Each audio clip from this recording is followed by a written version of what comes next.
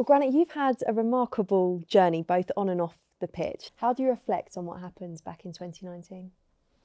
Of course, I wish nobody to be in this situation where I've been. I'm very honest with you because it was the most difficult time for me, for myself and for my family. But in this moment, you don't see nobody near you. This is the biggest problem. So you are sitting in a dark place, you are feeling alone. You know you have people around, but you have no chance to touch them. And this is how I felt. And you try not to go so deep.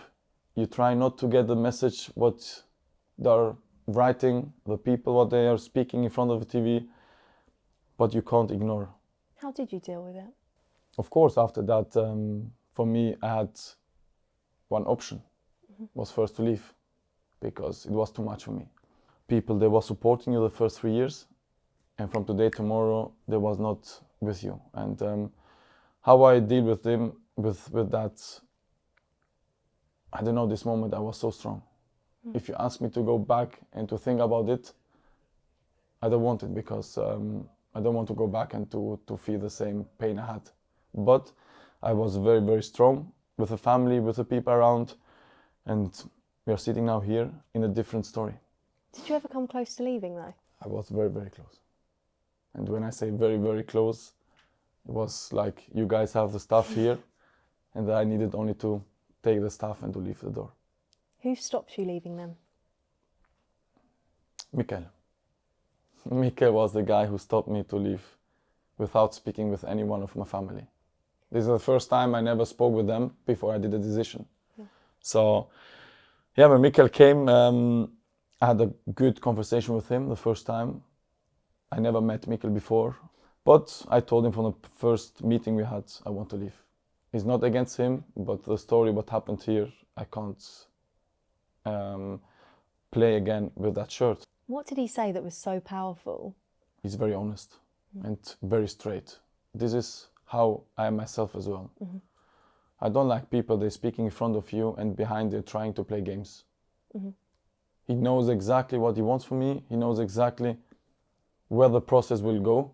And I felt the moment is right to say, yes, I stay, and to come back how I want and to come back where I deserve to be, with the people around, with the fans, with the club and with the teammates.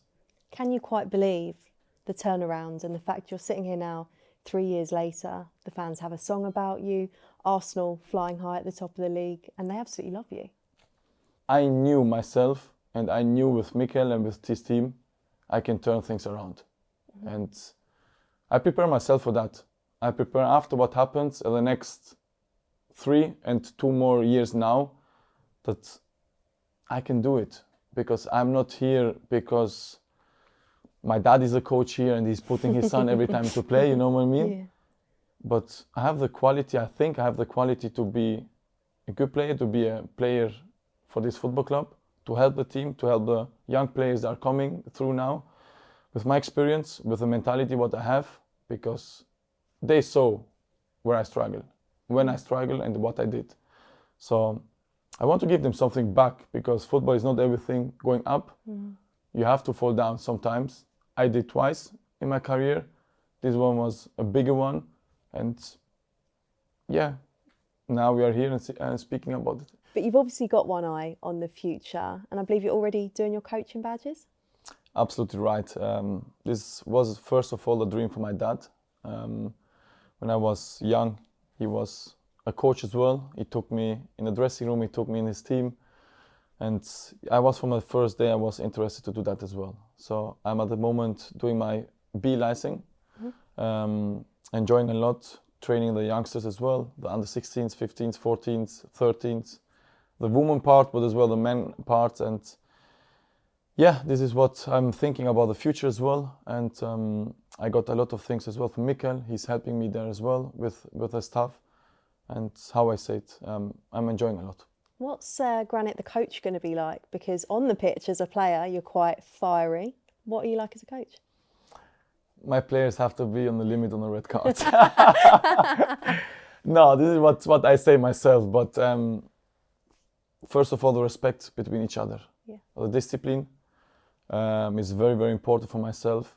And I believe how you train, you play. And this is what I want for my players. Are we seeing the best version of Granit Xhaka right now? When I turned 30, We've all been there, don't worry. I came in the dressing room and of course the players are joking and say, yeah, your time will go down now. And I said to them, listen, I'm like a red wine.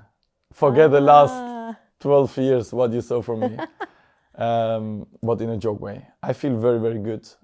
I prepare myself in the summer much more than ever.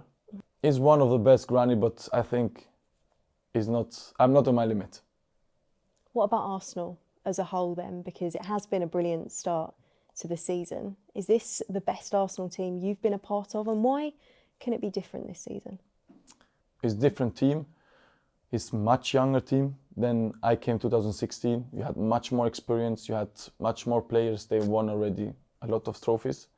So the hunger is now maybe much more than before.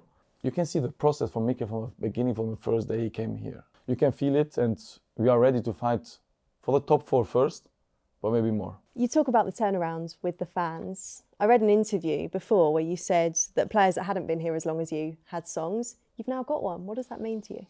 Yeah, I was joking there with Alex Zinchenko because he came new in the club, had already a song. And I said to him, Alex, wow, what a player you are. 7 years here, I didn't have nothing. But yeah, I spoke yesterday with my wife about it, and she was in the stadium against Liverpool, and she told me that for her it's very, very special because she went through with me what happened 3 years ago. And I say to her, and she asked me if I hear the songs, and I say to her, of course I hear it even during the game. And when I hear it during the game, it motivates me much more. So of course, thank for that for the guys. They give me the song. And how I say it, what I want is only the love from them, from my side to them to me, and to enjoy together and to be happy and to try to give everyone something back. If you had one more dream for the rest of your career, what would it be? I need trophies. Trophies means for me, of course, will be a dream to win the Premier League. With your own country, with Switzerland, to win something. I know people say, yeah, he's dreaming too much. No. But everything is possible in football. This is what I believe.